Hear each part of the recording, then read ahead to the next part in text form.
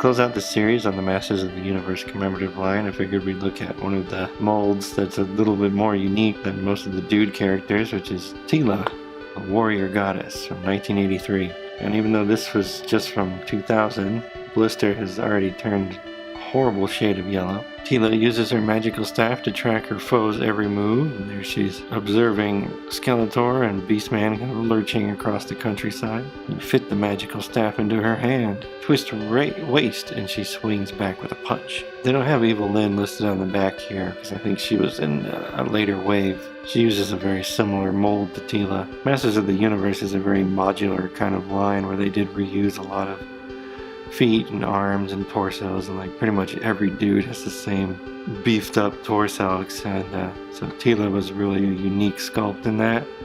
So let's see how this commemorative version stacks up to the original. Here's Teela. We'll remove her booty protectors that they like to put on these things. Really springy right from the get-go. Also seems to have kind of a white powder on her of some kind. I wonder if that's some kind of mold release or paint drawing agent from the factory. She comes with several accessories. Magical serpent staff, which, you know, like Skeletor's Havoc staff is always crooked, but that's pretty easy to fix with some, you know, boiling water or a hair dryer, but how long it'll stay straight is anybody's guess. Also includes a shield, clips onto her wrist, and her snake headdress armor. And there's Teela with all her equipment. I always prefer her with the snake armor on because I think it looks cooler. Let's check out her power punch feature here. Yep. About the same as the other guys. And she can hit people with a staff. But I always found it kind of odd that she has this hand kind of permanently in this position. I guess she can kind of do a limp-wristed karate chop with it. Kind of strange. And her armor is just affixed by slipping over her bun on the top and then clasping in the back. And here we have the commemorative Teela on the left and an original on the right. Mostly looks like at first blush it's down to color shifts. Original Teela's skin tone's a little bit different. The golds on her accents are quite different. For the most part, she looks pretty good. The original has more of a brown hair, while the new one has more of like the red to match the Filmation series, it looks like. I wonder if that's why they shifted the color like that. But even the color of the weapons is really pretty close. They did a pretty good job with reproducing her. It looks like the commemorative might be a little lighter red than the original, but not too bad. If we look at the faces close up, it looks like, you know, again, there's been a little bit of softening in the details. Overall, it just looks like it's down to color, and the paint application style of her eyes is not as clean as the original, actually. Interesting. Commemorative Teela came with a replica Dragon's Gift mini-comic. So on the cover has, I believe his name is Granomir the Dragon. He's like the oldest and wisest of the dragons who wears a Viking hat.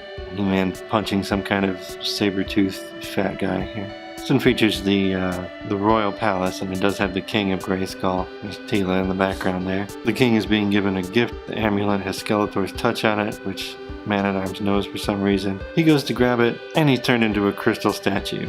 Of course, the mysterious stranger was Skeletor all along, and here's Adam in a not kind of pink outfit, noticing that Skeletor is predictably up to his own trick. Becomes He-Man in a flash. Teela and Adam take off to go right this wrong. Only Granomir, the oldest and wisest of the dragon, and Eternia has the magic to undo this curse, so they're off to go see him.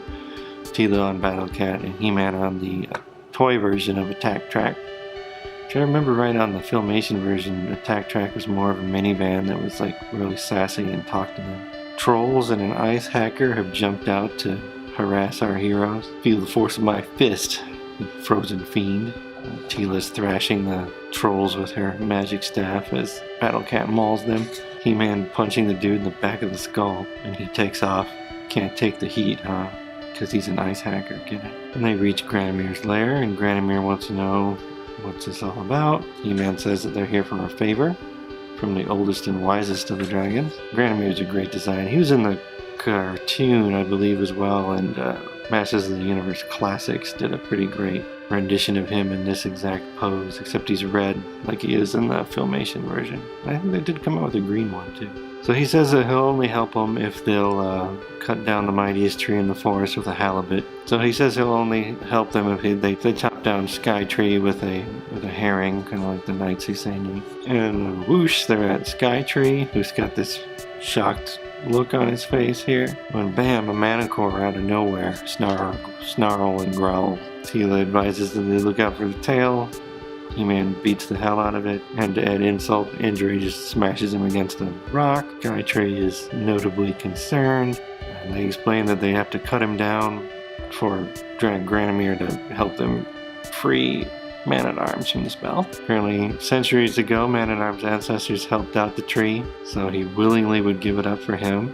And He-Man says, nah, we can't sacrifice you for Granomir's whim. So they return to the dragon's lair, and he wants to know if they killed the tree for him. And I believe this arrow is supposed to be pointing to He-Man's face. And he is like, I won't take life that I've sworn to uphold justice. So Granomir summons a bunch of monsters, and He-Man immediately wants to punch them, but he can't. Monsters only have the mind.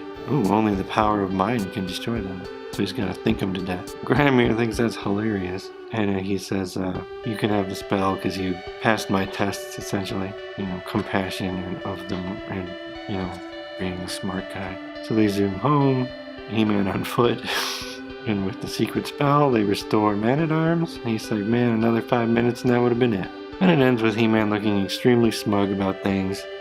And he says it's easy to forget what's right and what's wrong in the face of evil. So that wraps it up for the Masters of the Universe commemorative line with Teela, who looks pretty good. The original one I still think looks a little bit better, even though some of the mold lines and things are a little bit cleaner on the updated version. But the original ones, just about across the board, all are a little bit better, I'd say, than these guys. But next I'll be looking at a couple one-offs I have to do, and then I'll get back into another series where I've acquired an entire line that we'll go through. So, hope you'll stick around, and thanks for watching.